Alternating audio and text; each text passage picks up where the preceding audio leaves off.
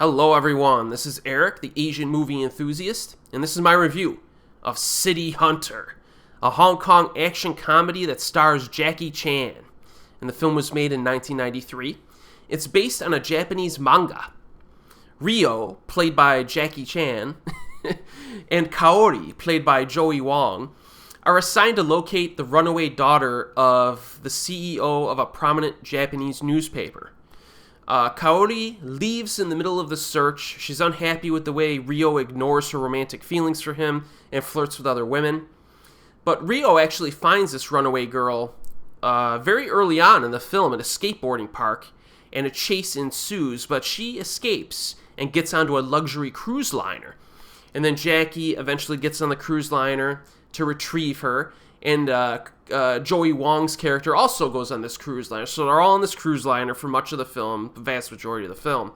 Meanwhile, some bad guys led by Donald MacDonald, who's played by Richard Norton, have plans to hijack this ship and just cause all kinds of chaos on it. And then you have Chingmy Yau, who shows up as an undercover cop. Lots of characters, but the story's pretty easy to follow. Now, City Hunter tells you exactly what type of a film it is right from the start. First time I watched it, I thought it was too silly. But over time, and a few rewatches over the years, it's actually kind of grown on me. I actually very much enjoy watching this film nowadays. It's loaded with wacky comedy. Some of it does not land quite as well as it should or the way you'd want it to, but I do think that most of the gags are chuckle-worthy. And there's definitely a charm to this film. Wong Jing directed it, which is rarely a good thing in my opinion, but the actors sell the comedy so well, it actually works. If you like the opening 10 minutes, you'll probably like the entire film. The cast seemed to have a really good time making this. Jackie is perfectly utilized in terms of his comedic talents. He makes the movie so kind of joyful and wholesome from a tonal perspective. Kumiko Goto, the actress, and Joey Wong are both very charming in co-lead female roles. You know, with Wong Jing style humor, it's very easy to overact in annoying ways, but these ladies do a great job of reining it in enough to be likable but still be energetic in their performances. So I think that was kind of important for this. Leon Lai is in this as well. I almost forgot when I was rewatching this just a few days ago again. I'm like, oh, that's right, Leon Lai's in this. And fans of Hong Kong cinema will recognize him. He's good in this film. It's actually one of my favorite roles from him. He's got a cool supporting role. He pops in and out of the film. He has these razor sharp playing cards that he uses during the action scenes. Almost kind of like Gambit from X-Men. I liked every scene he was in. And even the villains are gleefully playful, with Richard Norton and Gary Daniels. Very engaging and energetic performances, even when Jackie's off screen. So everybody's bringing their A game in terms of energy here. The quantity of action is more than satisfactory, primarily because there's a bunch of little fights and shootouts that are peppered all over the film. Early on, we get a skateboard chase. Very unrealistic. Wire work, all kinds of stuff. You have no choice but to laugh, though. At least I was laughing. So again, this is based on a manga. They probably took that opportunity to go over the top with basically everything, including the action design. So the action scenes have kind of a nice mix of comedy that makes them entertaining, but they're also extremely unrealistic. So just understand that before going into this.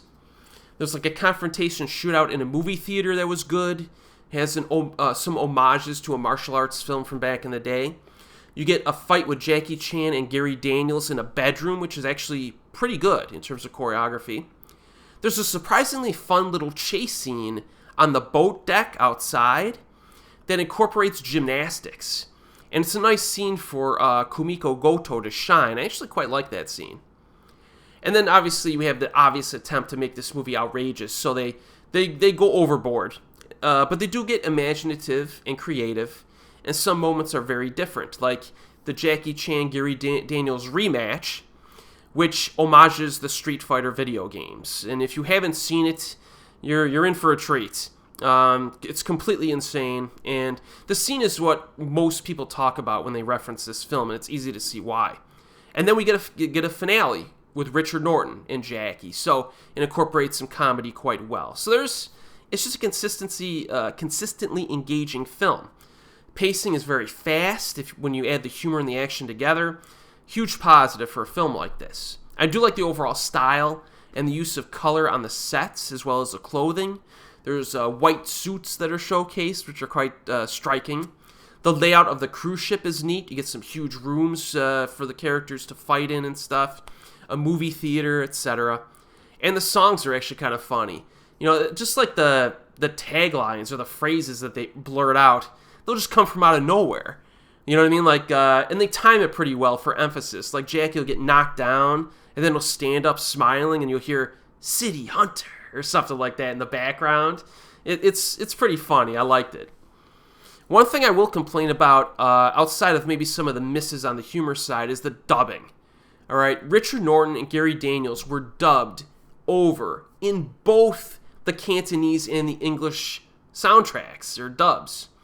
Yes, even the English dub does not have their original voices.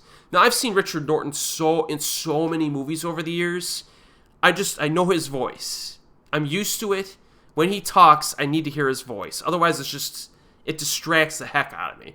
So I don't know why they couldn't pay the guy to come in for a few hours and do his own dub. I mean, I don't know. Maybe it was a cost-cutting thing. I don't know. Annoying, but it's kind of a nitpick. You know what I mean? But yeah, the biggest obstacle for people going into this is probably the humor. You know, if you don't like the opening like 10-20 minutes, you might have trouble for the rest of the film. But if you're chuckling early on, you'll be fine. City Hunter is good fun if you're in the mood for silly action shenanigans.